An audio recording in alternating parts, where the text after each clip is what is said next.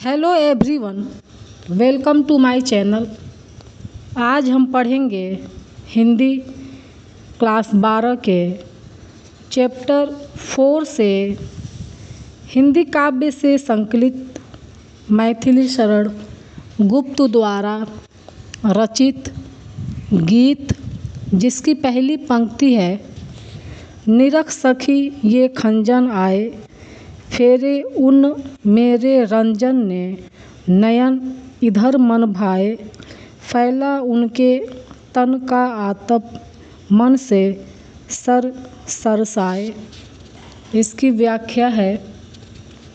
उर्मिला अपनी सखी से कहती है कि देखो सखी, ये खंजन पक्षी आ गए हैं। मुझे ऐसा लगता है कि मेरे प्रियतम ने इन खंजन पक्षियों के रूप में अपने सुंदर नेत्रों को इस ओर घुमा दिए हैं। चारों ओर धूप के रूप में प्रियतम के शरीर की गर्मी फैली हुई है। घूमे वे इस ओर वहाँ, ये हंस यहाँ उड़ छाए, करके ध्यान आज इस जन का निश्चय वे मुस्काए। फूल उठे हैं कमल अधर से, यह बंधुक सुहाए। और उनके मन की सरसता के कारण सरोवर कमल के फूलों से खिल उठे हैं। वन में मेरे प्रियतम घूम रहे होंगे और उस मंद मंद गति का स्मरण दिलाने के लिए ही ये हंस उड़कर यहाँ आ गए हैं। मेरे प्रियतम वन में मुझे याद करके अवश्य मुस्कुराए होंगे, तभी तो यहाँ ये कमल के फूल खिल उठे हैं और लाल रंग के बंधुक के फूल प्रियतम के लाल होठों के समान सुंदर लग रहे हैं। स्वागत स्वागत शरद भाग्य से मैंने दर्शन पाए, नभ ने मोती वारे, लो ये अश्रु अर्घ्य भर लाए। उर्मिला कहती है कि हे शरद, तुम्हारा स्वागत है। मैंने बड़े भाग्य से आज तुम्हारे दर्शन किए। आकाश ने तुम्हारे स्वागत में ओस की बूंदों के रूप में असंख्य मोती न्योछावर किए हैं। लो, हमने भी तुम्हारे स्वागत में अपनी आँखों में आंसू प्रस्तुत किए हैं। अगली पंक्ति है। शिशिर न फिर गिरी वन में, जितना मांगे पतझड़ दूंगी मैं इस निज नंदन में। उर्मिला शिशिर ऋतु से कहती है कि हे शिशिर, तू पर्वतों और वनों में मत घुमा कर, मैं तुझे नंदन वन के सदृश अपने इस शरीर से जितना मांगोगी उतना पतझड़ दूंगी। कितना कंपन तुझे चाहिए, ले मेरे इस तन में। सखी कह रही पांडुरता का क्या अभाव आनन में। उर्मिला कहती है कि तुझे कितने कंपन की आवश्यकता है, मैं तुझे अपने इस शरीर से दूंगी। उर्मिला शिशिर से कह रही है कि मेरी सखी मेरे मुख को पीला बताती है, अतः तू मेरे मुख से पीलापन ले ले। वीर जमा दे नयन नीर, यदि तू मानस भाजन में, तो मोती सा मैं अकिंचना रखियूँ उसको मन में। यदि तू मेरे अश्रु जल को मन रूपी बर्तन में जमा दे, तो मैं दीन दुखी उसे बड़े ही यत्न से संजो कर अपने मन में रख लूँगी। हंसी गई रो भी न सकूं मैं अपने इस जीवन में, तो उत्कंठा है देखूं फिर क्या हो भाव भुवन में। उर्मिला कहती है कि मेरी हंसी छिन गई है, पर क्या इस जीवन में अब मैं रो भी नहीं सकती। अगली पंक्ति है, मुझे फूल मत मारो, मैं अबला बाला वियोगिनी, कुछ तो दया विचारो। उर्मिला कामदेव से प्रार्थना करती है कि हे कामदेव, तुम मुझे अपने पुष्पवाड़ों से घायल मत करो, क्योंकि मैं तो एक विरहड़ी हूँ, इसलिए कुछ तो दया करके सोचो समझो। होकर मधु के मीत मदन पटु, तुम कटु गरल न गारो, मुझे विकलता तुम्हें विफलता, ठहरो श्रम परिहारो। तुम बसंत के मित्र हो और चतुर हो, इसलिए मुझ पर काम रूपी विष की वर्षा मत करो।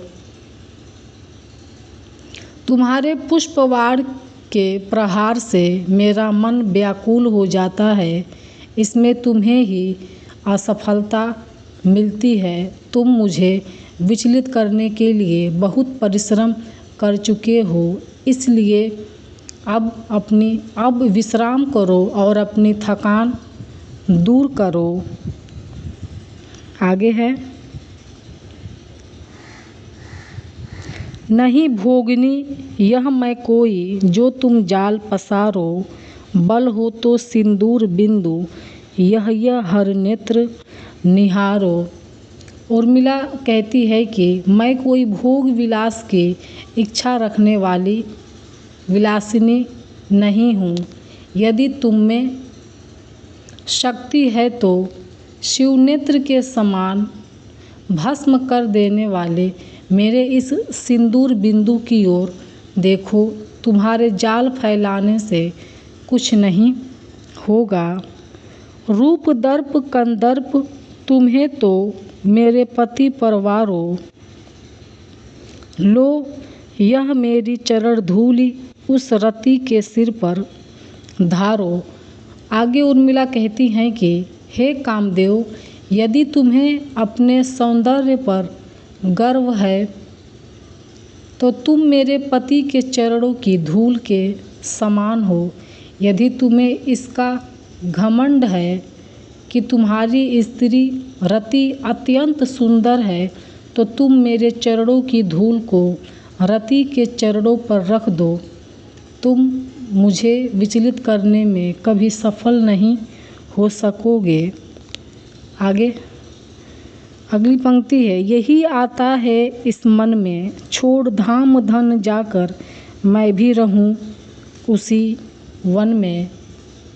वियोगिनी उर्मिला कहती हैं कि मेरे मन में यह विचार आता है कि मैं अपना घर आंगन सब त्याग करके मैं भी उसी जंगल में जाकर निवास करूं, जहां मेरे प्रियतम रह रहे हैं। प्रिय के व्रत में विघ्न न डालूं, रहूं निकट भी दूर, व्यथा रहे पर साथ साथ ही समाधान भरपूर। हर्ष डूबा हो रोदन में, यही आता है इस मन में। वह कहती हैं कि मैं वहां जाकर अपने प्रियतम के लक्ष्य में कोई भी बाधा नहीं डालूंगी। इस प्रकार मैं उनसे निकट भी रहूंगी और दूर भी रहूंगी। जंगल में मेरे मन में दुख भी व्याप्त रहेगा, पर साथ साथ समाधान मेरे प्रियतम भी वहीं रहेंगे। उर्मिला को अपने प्रिय से दूर रहकर उनको न पा सकने के दुख में रोते रहना स्वीकार है, पर वह उन्हें अपनी आँखों से दूर नहीं जाने देना चाहती हैं। बीच बीच में उन्हें देख लूं मैं झुरमुट की ओट, जब वे निकल जाएं तब लेटूं उसी धूल में लोट। रहें रत वे निज साधन में, यही आता है इस मन में।